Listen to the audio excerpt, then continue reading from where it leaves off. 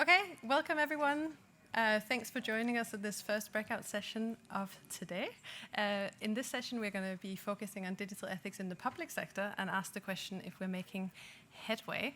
Be introducing our excellent panelists just in a moment, but just to introduce the topic, we're obviously aware this is the 6th annual Digital Ethics Summit at Tech UK.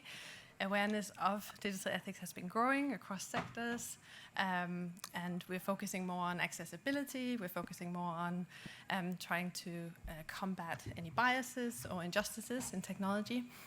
But here we're really focusing on, for this discussion, what that means for the public sector and whether there's any specific significance for digital ethics in the public sector. And to introduce our panel, we have a great lineup of speakers. Next to me is Dr. Kevin McNeish. He's the Digital Ethics Consulting Manager at Sopra Steria. Then we have Sam Nutt, who's a researcher and data ethicist at the London Office of Technology and Innovation. We have Arik Chowdhury, who is Head of Policy for Data and Digital Technologies at the Royal Society. And we also have Callum Inverarity, who is a senior researcher, at the Open Data Institute. And online, we are very pleased to be joined by Dr. Michaela Omelkova, who is a data ethics advisor for the Scottish Government.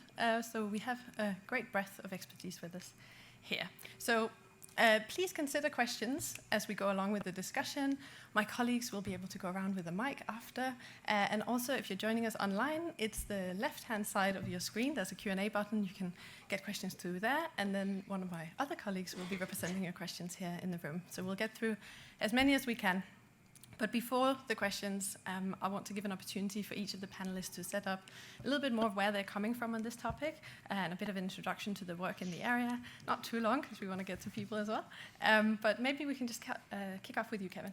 Yeah, thanks, Emily. So, thank you for the introduction and having me here.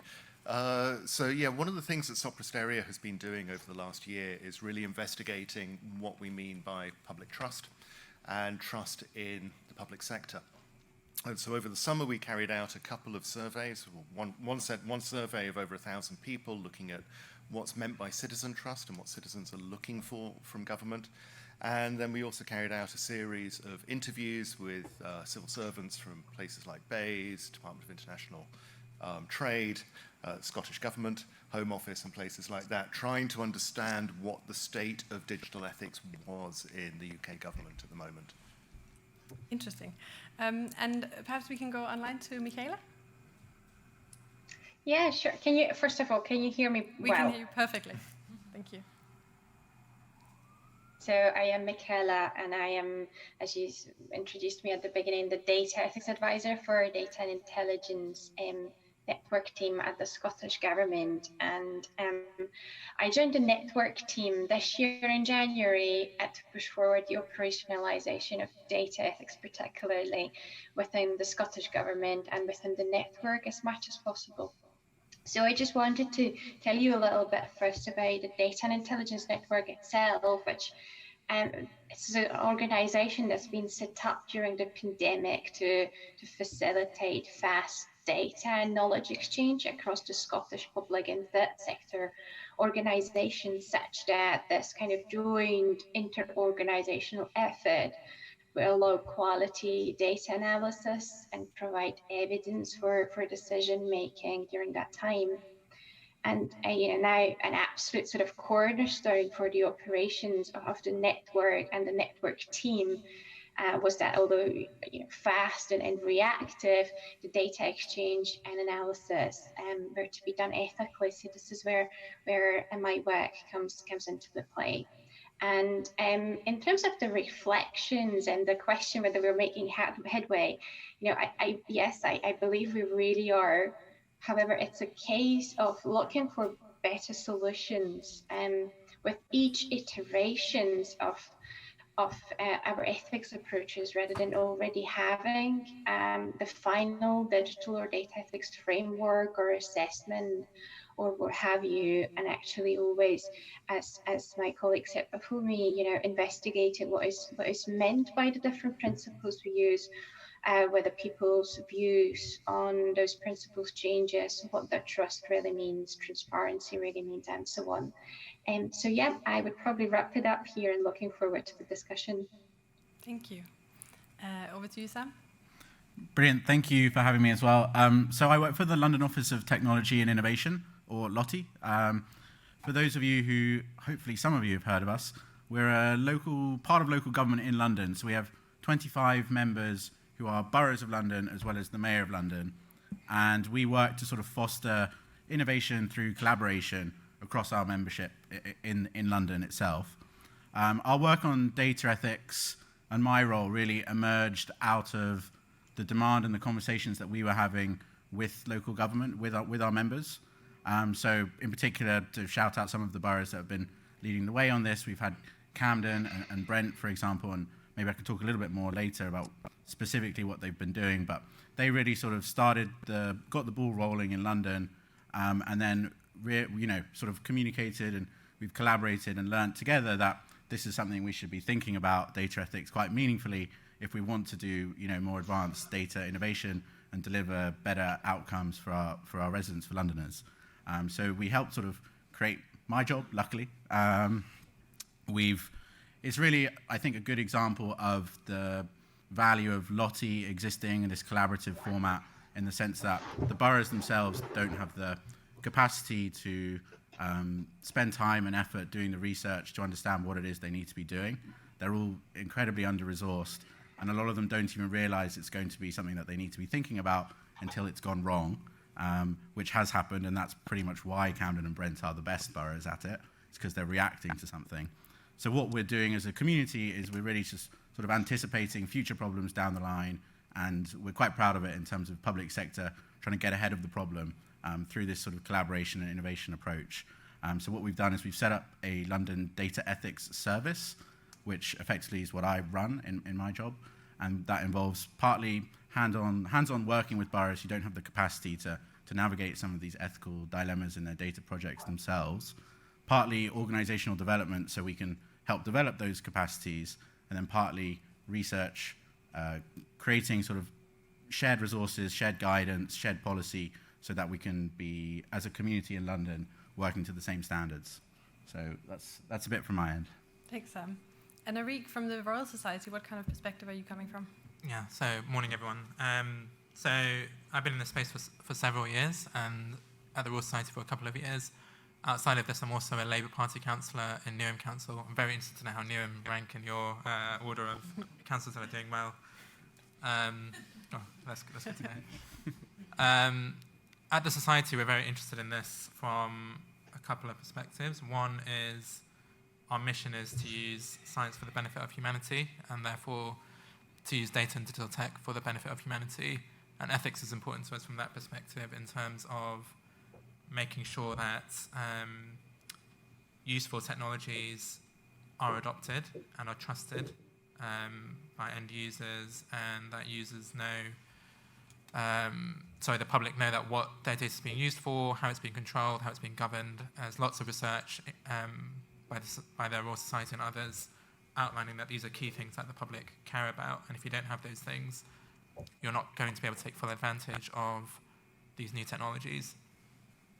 My own personal perspective on top of that, and just to be a bit controversial, because I like doing that, is I'm quite skeptical actually of conversations that focus heavily on data ethics, because first of all, data is a massive topic. It covers everything, and in the public sector, again, a massive sector. It covers everything from car parking to facial recognition surveillance, and the ethical considerations for those are completely different and require all sorts of different considerations. And as in the previous conversation, what Carly Kind from the Ada Lovelace Institute was saying, we need actually to think much broader than just data protection when it comes to regulation of these technologies. And sometimes it's not possible to apply an ethical framework to policies which are unethical, or can be argued to be unethical. Take, for example, the facial recognition surveillance example. Is there a way to actually ethically surveil populations where that surveillance involves deep analysis of people's facial structures? I would be skeptical of that. However, in terms of of making headway in the public sector. I think we're moving from a position of zero thinking to some thinking, and Lottie and others are making good progress on this. But hopefully, as we'll get into this discussion, I don't want to take up too much time. It would be good to think beyond ethics and think about what are we actually trying to solve objectively. Are we trying to make a better society? And if so, what needs to be considered within that? Is it how these technologies are being trained? What data is being used? Are they being trained by digital sweatshops in some other country who are not being paid well? Or are there any ethical considerations we care about, user consent and public participation? Yeah. No, thanks. And I think it's always good to question the question itself. And also this question around how we actually segment, can we apply, do you apply a framework? Can you do that to any policy that uses tech, or are there other questions that need to be answered? So hopefully we'll get a chance to dive into that some more. But firstly, over to you, Callum. Thank you. Good morning, I think it still is. So, yes, I'm Callum. I'm from the Open Data Institute. Just very briefly, for those that don't or aren't aware of the Open Data Institute, it's a non-profit company founded by Sir Tim Berners-Lee and Sir Nigel Shadwell 10 years ago. We actually had our 10th anniversary celebration on Friday. Our mission is to work with companies and governments to create open and trustworthy data ecosystems. And as part of that, our vision is to kind of try and envisage and then realize a world in which data works for everyone. So I think this speaks quite similarly to some of the points that Arik was just making as well, actually, and then particularly around the subject of data ethics. We kind of view it as going beyond just compliance and regulation, at least as a starting point for those discussions. So we kind of view it through that lens, and while progress might be slow, then at least it's some effort towards it. But then, so understandably or naturally, coming from the Open Data Institute, I focus more specifically on data ethics rather than the broader spectrum of digital ethics, but obviously it's a very important component of that. Essentially, this is just growing in importance, and the research that we've been doing at the Open Data Institute for the past 10 years, I've only been there for one, so I can't claim ownership of all of it, but it's similarly incorporated public surveys where first we were looking into citizen trust for the use of data, and then the trust in using that data ethically, which came as a sort of second survey that we did actually in partnership with YouGov. So we've been taking some of the results or the findings from our research over these years to develop some practical tools to also operationalize data ethics. So we've seen quite a big pickup and interest in some of these products, including our data ethics canvas, which just helps individuals or organizations to think through the potential ethical implications of if they're adopting a certain technology or a new sort of process. Similarly, we have also developed a range of training courses for data ethics that we deliver to government departments and local councils as well. So I'm going to kind of keep it short there, but it's just to say that we are also seeing a take-up of this, and at least it's a start. Yeah, thank you. Okay, thanks all. As we get into the discussion, I was thinking maybe it would be useful to think a little bit about the kind of the journey or what your assessment is of the progress that we've seen already. And maybe if I can come to you first, Kevin, just with your experience in kind of you're obviously advising many different types of organizations on digital ethics. And if you think, I suppose the question is sort of, are we making headway? But also just to assess in the last like 5 or 10 years when digital ethics has just sort of exploded in prominence. Are you starting to see that actually being, having an impact on practices, on approaches in public sector organizations? Yeah, thanks, Emily. Yes, there is progress, absolutely. And it's very interesting listening to everybody who's been speaking. I think the main progress that we've been seeing is around data ethics. And come back to Callum's point, differentiating between data and digital ethics. That yes, data is an important subsection of digital, but digital ethics considers technology more broadly. There are areas which are ethical but are not data related. So take, for example, the so-called racist soap dispenser, which if you look on YouTube, you'll find it. It was a soap dispenser where you put your hand underneath it and it'll automatically put soap into your hand if you have white skin. If you don't have white skin, it doesn't work. Now, that's not obviously a data issue to me, but it is clearly an ethical issue around the technology. And I think largely, you know, looking back over the last 12 years or so, the introduction of GDPR made a significant difference as to how people treated questions about privacy and about data generally.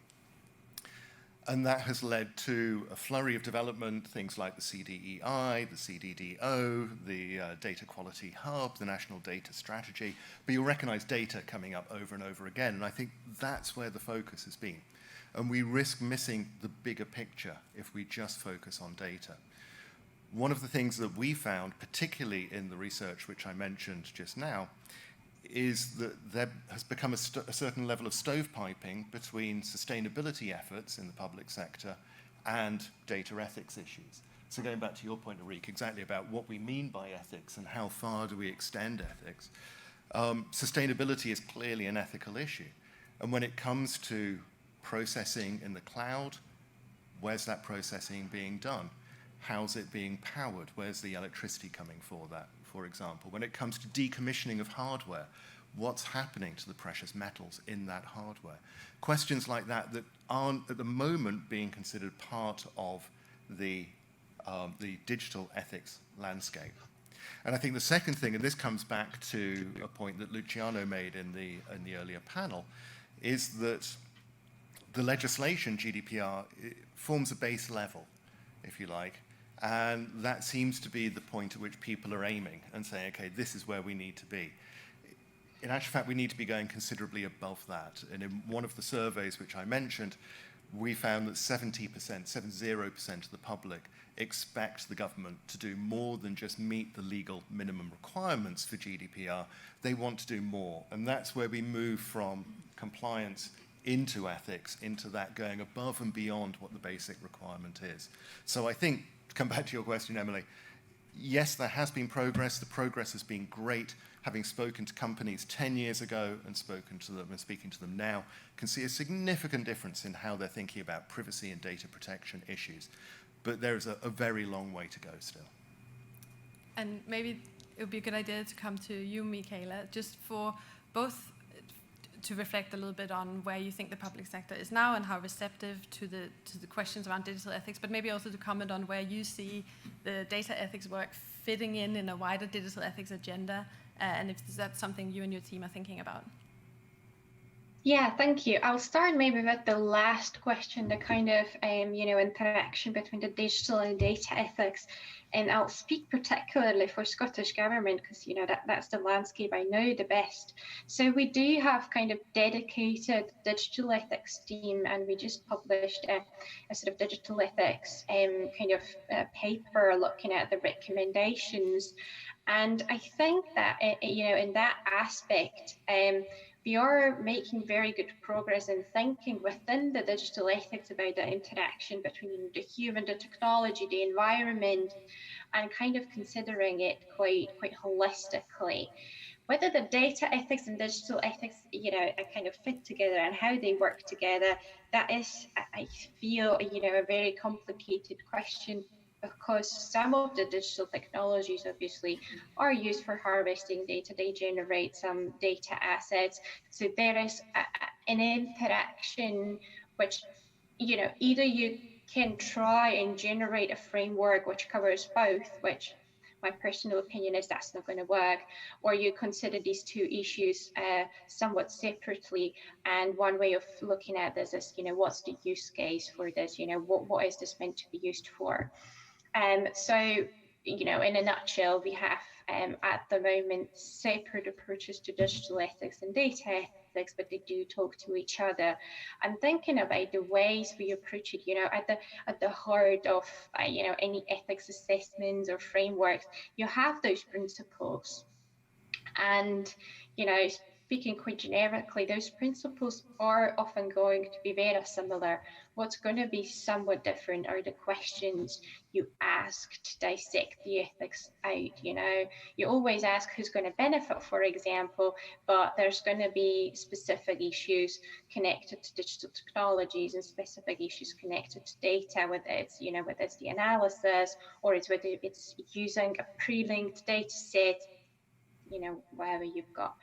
When it comes to, reflecting on the progress, I'm super new in this, so joined just in January, but even looking back at those, what was it, 11 months, I think there is progress. And I would kind of flip that question slightly, for me, one of the first things I've done was, talking to colleagues and asking that big question that Arig actually raised, what is ethics? How do people define ethics in our organization? And, it is this big concept that everyone's somewhat aware of, but everyone might have slightly different definition. And just reiterating the importance, doing communications, and appealing to people that we do. It's a bigger issue of ethical behavior everywhere. So if you don't have ethical behavior within that organization in any other aspect, it's difficult to go and raise the bar to sort of data ethics or digital ethics, because it all relies on people being able to pick up on potential ethical issues, so kind of predicting something and having the language to raise that such that people in their management line and whatnot understand it and are want to pick up on it.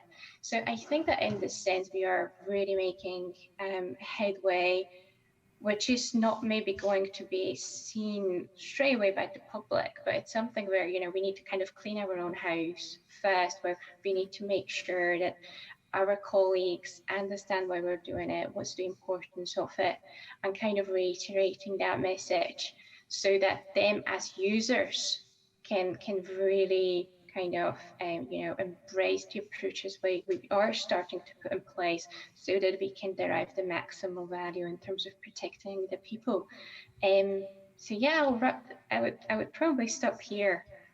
Yeah, no, I think this actually speaks to a broader point that, the more people are starting to be employed in roles around digital data ethics, the more people are in organizations with ethics in their role, just generally. Like, I think it opens up conversations about ethics. So it's interesting that you're raising that as well, that it's more about ethical health overall, not just what's happening in the digital ethics space.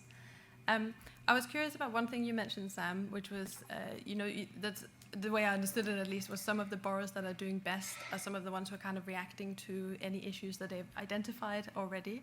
And I suppose just thinking of how to engage, whether it's local borrowers or if it's any kind of organization in a digital ethics conversation because of issues that have been identified in a way that isn't making them defensive or feel, but actually just in a positive engagement. Do you have some kind of insights? Has that generally been going well? Are people quite open to this conversation now? Yeah, it's a good question. Initially, no, they weren't open. So this is like a year and a bit ago when I joined Lottie. The conversations were sort of falling on deaf ears unless they already thought it was important. And so that's something we have worked on this year, is how do you convince people before that there's a problem, for example, that there might be a problem, but not just the negative message, what's the positive message to make people excited about doing it. And I think one of the really interesting things that actually we've built on, so in Camden Council, they've got a data charter that was created by their residents. They're currently in the process of having another panel of residents basically hold them to account what they've done in the first year from the first data charter. One of the things the data charter proposed was that Camden on their website would go out and ask residents, what do you think about how we do this or that? And one of the themes that has emerged is that residents really want them to be doing more with data. Whilst they want the data to be handled securely, they also want data to be used more and better to improve their lives. And so I think articulating that residents also have the expectation, part of ethics is delivering positive value whilst minimizing the negative risks almost. And it's a continual balancing act, especially in a space, where, and I don't know what the conclusion was of the previous panel, where regulation is simply not there, standards don't exist. There is no common approach you can take. It doesn't exist in the world. Some really good tools exist. We don't know when best practices for when to use this tool or the other tool. So they're all going in blind. It's a learning by doing sort of thing. So, this is, I think, a really interesting point is that councils have found persuasive, is that actually, this is part of our just general journey for data innovation, is being better at doing it responsibly. And I think just coming to the point others have made is, what data ethics, where does it fit in digital ethics? Well, I'd suggest it's really, in the long run, in the future, in 50 years, when everything is data processed, it's just ethics again. And so councils, public sector probably more broadly, although you might argue different areas, better or worse, are in the business of ethics through democracy. We vote on what we want to see happen. In general, we're delivering what people want us to deliver. We have an advantage. We don't have is this an advantage? I don't know. But we have an advantage in ethics, and that maybe there isn't a profit-making incentive. We just effectively want to do what is best for our residents, our citizens, in everything we do. And so that foundation, I think, is a really good starting point for the public sector to quickly catch up where the private sector has better specific processes. We have a really good ethical foundation, and actually, in almost every sort of service area in local government, staff are making ethical decisions every day about what they think is right and wrong, based on a really commonly understood set of values and principles that we've re-articulated again for data ethics, but really they're kind of the same things we always work to in the public sector. Yeah, that's a good point. And what you were just saying around residents actually wanting councils to do more with data, it reminded me a bit of what you were saying, Arik, about your kind of the purpose of the Royal Society of trying to make sure that the technologies that can benefit the public are actually being deployed, and to do that you kind of need to make sure that there's a public consent and trust. Have you been looking at kind of what do you think will be the most important factors in building that kind of trust among the public? Yes, we've done a lot of deep thinking about this, and I think with ethics what's key is having accountability. So if you look at how ethics is applied in other fields, medicine, accountancy, I used to be an accountant, and when the way we looked at ethics was every module that you studied, there would be a 20% ethics aspect to it. And if you do anything unethical, you get struck off and you can't practice, right? And the same in medicine. We don't have something like that in the tech sector. The Royal Society has previously put out recommendations for a data science certification that's recognised across the public sector, and there was a launch of this a few months ago called the Alliance for Data Science Professionals, which is one way of starting to embed some of these ideas across the public sector. You also need so regulation on its own doesn't really solve anything. If it did, we wouldn't have murders, we wouldn't have theft, because there are regulations against all of those things, right? You need to also look at education. You need to look at what technologies can actually embed some of these ethical principles. So we're looking at the society at privacy-enhancing technologies, which are ways of making the most out of useful data sets without needing to necessarily share sensitive data or access sensitive data or share it with private companies perhaps that the public don't want their data being shared with. So we need to look at those sorts of technologies as well, and how do we actually practically achieve some of this stuff.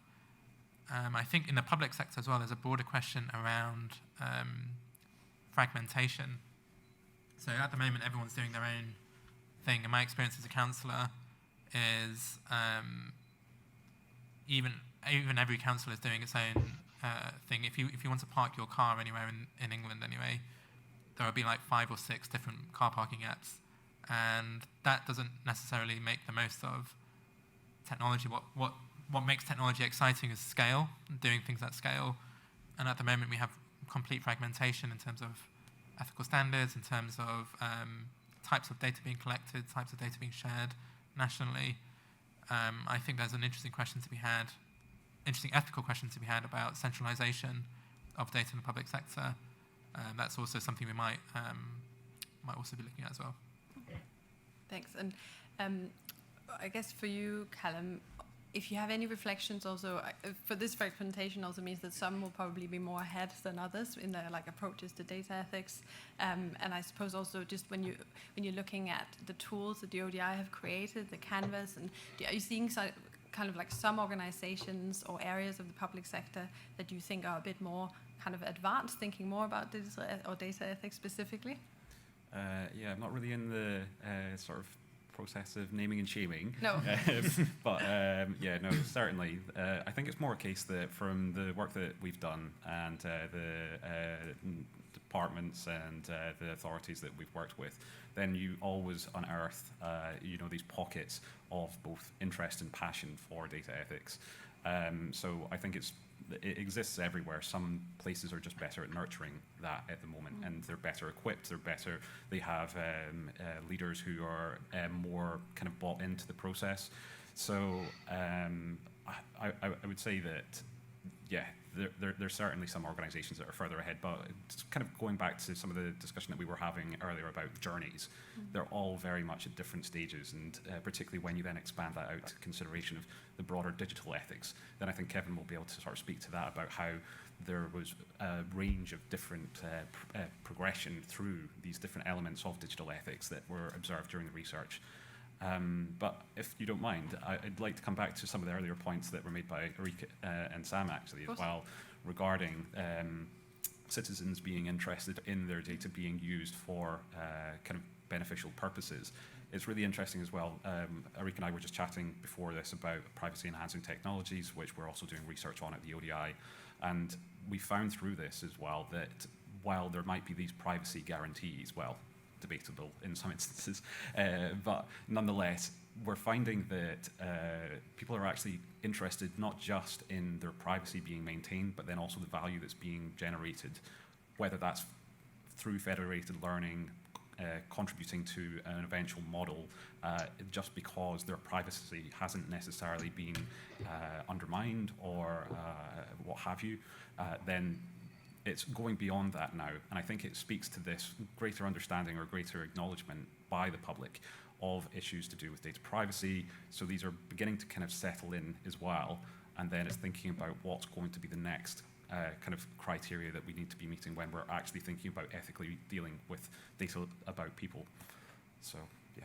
So, like, not only privacy anymore. It's much more complex in the questions about data. Yeah. I have a couple more questions I would like to ask, but I also want to make sure that we leave time if anyone either in the room or online, of course, who can submit through the Q&A button, have any questions, then we can bring a mic. Yes, we have a question here at the front. Could my mic holding colleagues? Thanks, Vasana. Here, Ben.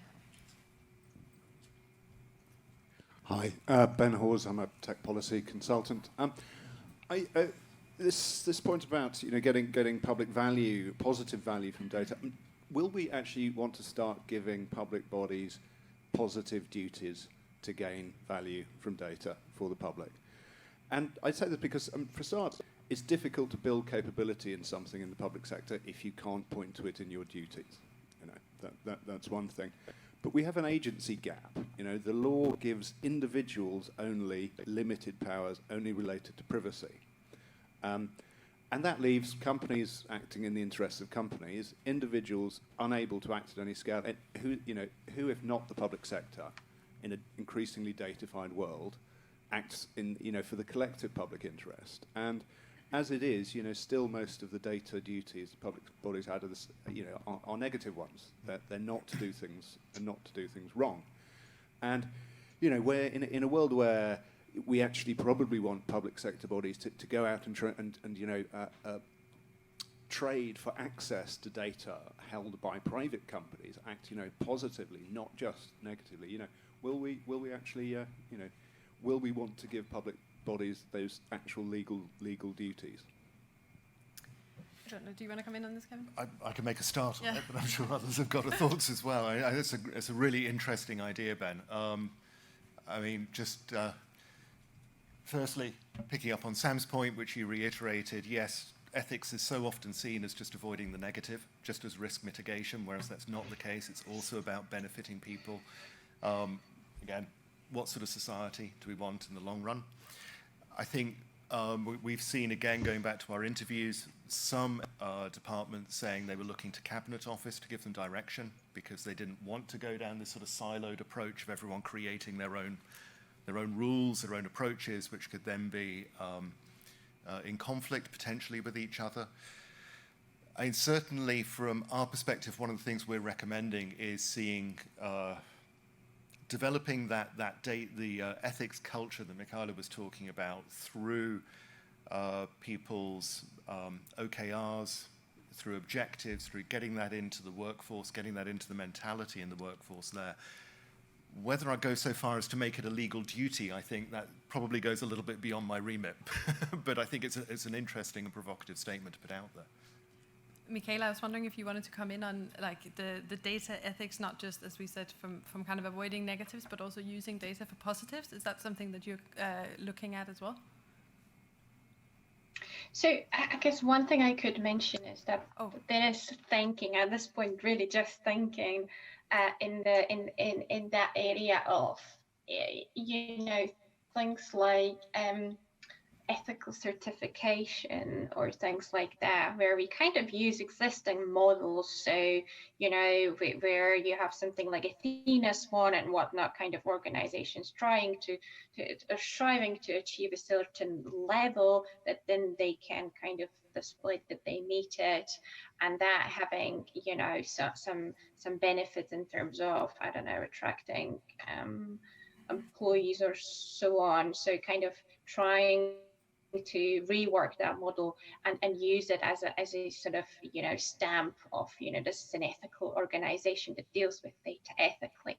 That on itself, I would say, has a potential to be beneficial and a potential to turn into a problematic thing by going back to that compliance. So I think that here it's almost like an arms race between that negative and positive motivation, because the more we try to create that those kind of systemic solutions where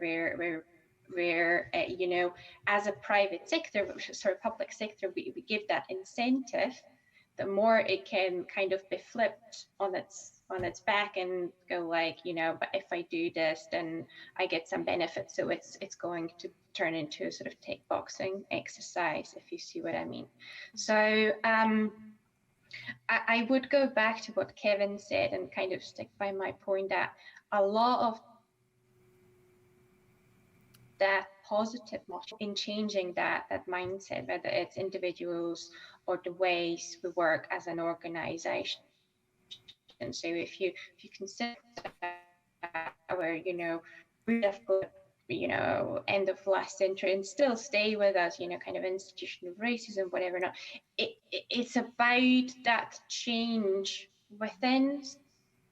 So it's the change, it's unfortunately quite slow, but I think that's the most reliable tool we have. That's kind of that societal almost expectation rather than a legal duty. And coming back to what Eric said, legislation, it's a good thing, but sorry, we're having some connection issues. I think we're picking up on most of your points, but maybe I'll just have to interrupt you there for now. Sorry about that. But I think it's a good point around whether we are looking at how to kind of transform the organizations culturally, or whether it's legal duties, and perhaps more of a preference here for an overall kind of approach to the whole mindset. Any other questions either in the room or from online for the time being? If not, I'm also very curious to hear from the panel on any examples you've seen. I mean, we've kind of talked about whether any areas were more progressed than others, but also any specifics from like international practice where any public sector organizations, and not to put you on the spot, Sam, but I know you mentioned Amsterdam a little bit before, some of the practices and the employment of data ethicists in other cities across the world. I was just wondering if maybe you could tell us a little bit of what you know of that, or anyone else. It could be in the UK, just specific things where you've seen it and you've thought, actually that's quite like either innovative or just forward thinking in some ways. Yeah, sure. So I'll mention a couple of examples from the Netherlands, but first on the employment of a data ethicist. So Lottie, we have a toolkit of recommendations for developing capabilities in organizations, and that's the last thing we suggest doing, because we don't want you to delegate it to one person. We think there should be something everyone's doing. But if you're an organization, so we serve 25 boroughs, we thought, okay, probably is room for someone to do some dedicated thinking on that. But a single borough, we think if everyone employed a data ethicist in the UK, if you're a local government, there's not enough in the country for that, so it's not going to work. So just on that one, we don't think necessarily it's like the right thing for a local authority to do. But in terms of good practice from abroad, So I think one thing that probably a lot of people have seen in Amsterdam is they have their algorithm register, which Helsinki and Amsterdam both launched at the same time. Actually, I've got a little bit of inside track on that. They say that was a pilot, and in the next month or so, they're releasing another 100 plus examples of algorithms from use in the public sector there. So that's sort of, the pilot was run, and they've done the learning, they've done the reflections, and they're at a point where they're developing common standards and getting to a place there that just we are not at in the UK. And then they're now sort of bringing it out, so it's embedding across organizations, wider public sector. And in that case, the country, the Netherlands as a whole, want to do an algorithm register, but they're now taking the lead from Amsterdam because they've got really ahead of the game there. So that's a really good example, I think, and just they're so much more advanced in their thinking. And you can see in the UK we have the algorithmic transparency standard here, which we really like in Lottie, and we're helping develop that out, but they're just a bit further ahead there, and really they've embedded it wide across their organization. The other thing in local government, obviously, is this big smart city agenda, having sensors everywhere, basically, in public, and we don't have many good standards around that in the UK. And in the Netherlands, there's actually a coalition of cities at the moment who are trying to develop standards for that. In particular, for us, there's big questions around procurement. So what are the technologies you're procuring? How are you able to audit them? What are the standards you should be holding suppliers to? There's probably a secondary question, because you probably need to have your own standards for yourselves that no one has either. So you probably have to quickly do that bit and then get onto this bit. But they're able to have that conversation in the Netherlands. So that's probably one where, I'll be honest, in the UK we'll probably just be looking and learning from them there. But I think it's the ODI there for data ethics maturity model for organizations, which we use. And I would suggest everyone in the UK is level 1 or maybe 3 or 4, 2. And then Amsterdam maybe got to 3. And that's a big deal in this model. So I think there's a lot of learning we can do abroad, and they're one of the places for sure. Okay, yeah, that's really interesting. Thank you. From the research that you've been conducting, were there any kind of examples that were standing out for you, either here in the UK or abroad? There have been a few in the UK, particularly around, well, two things I would say. Firstly, some departments have been developing their own ethics committees. So when you have internal issues that get raised and say, okay, is there an ethical issue with this? There's a committee to go to and run that through a group of people. In my other life as an academic, I've run numerous research ethics committees at universities, which essentially function in the same purpose. You want to do some research, take it to the committee. They will tell you how to do it better. I'm pausing here slightly because this gets into another area about ethics is often seen as a blocker. And I think there are often people who have problems with ethics committees because they're seen as blockers to practice happening. In actual fact, we prefer, and I trust most people here would agree, that ethics is an enabler because it helps to de-risk problems. It helps to make sure that what you are doing is good. It then becomes sustainable. You're not going to run into problems down the road, and so on. So I think we have seen some. What we've seen with those ethics committees is that they don't yet function in a sort of compulsory or mandatory way. So it becomes very much a matter of, well, if you know somebody who's on the committee, you know about the committee, and then you will go through it. But a lot of other people have never even heard of the committee within the department. The other big thing, this comes back to a point that Sam made about democratization of ethics, is those departments that already have good relationships or that engage regularly with the public are doing a good job at stakeholder engagement, getting out there and saying, okay, what are the issues, what are the problems that you're facing, and taking that on board. For departments that have less of a public face, they're doing less of that stakeholder engagement. And I think that really needs to change as well, because if you're in government and you're not affecting the public, then something seems to be wrong. I would also say if you're in technology and that's not affecting people, there's something seems to be wrong. You know, ethics is at the heart of government, it's at the heart of technology. And so, as I say, there are departments going out and doing that, and that's been really successful where we've seen it. Thank you. And I guess that kind of question around public engagement to build greater trust, is that something that you've seen some council, Sam, just coming to you when you work with local authorities, because I guess that's part of the public sector that's quite close to the residents or the people that they're affecting. Yeah, I think, so Camden's data charter led the way, so they worked with Involve, who are they sort of lead on citizen assembly things, and they ran to Citizen Assembly to create their data charter. And actually, I'll tee up Michaela because I think she might have something to say similar for Scotland in a second. But I'll just quickly add one. There's an initiative that we're launching next year with the Mayor of London, with the Alan Turing Institute, plus anyone who would like to be involved. The working name is London Data Week. The purpose is to take the conversations around what we think the future of data and data technology should look like, take that conversation and make it a public-driven, resident-driven one. So anyone who wants to engage with the public, if you're the classic stakeholders who normally drive innovation, let's take a step back. Let's enable conversations amongst the public. Everyone was saying during COVID, let's have this societal conversation around data. Okay, so we're going to try and do that next summer. So we've got NUMA very keen on this. Lots of local authorities involved, different people, different organizations involved. So if anyone is interested on that, please do reach out. You can find my email literally all over the Lottie website. Can you give me like a week, because I've got a deadline soon as well.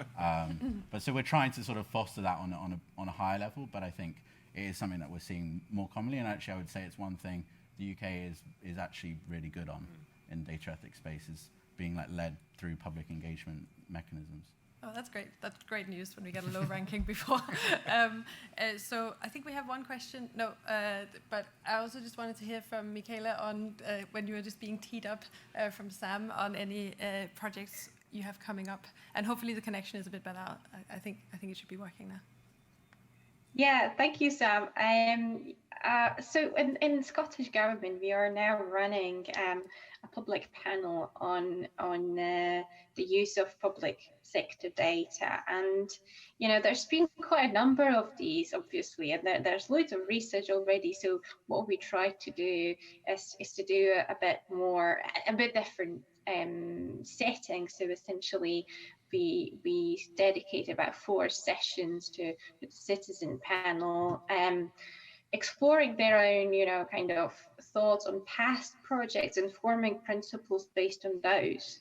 And then we have 4 sessions where the participants can actually test their own principles on different data projects. And that comes back to what Eric said, that in different projects, different considerations will arise. So what we really want to try and achieve here is to, it's not quite co-creation, but it's trying to get the people not only to give us the stimulus and, this is what I'd like to see, but work with them to tease out those particularities of different projects, different applications, and not just in terms of the data, but in terms of the situation as well. So, is it a proactive measure? Is it a reactive measure?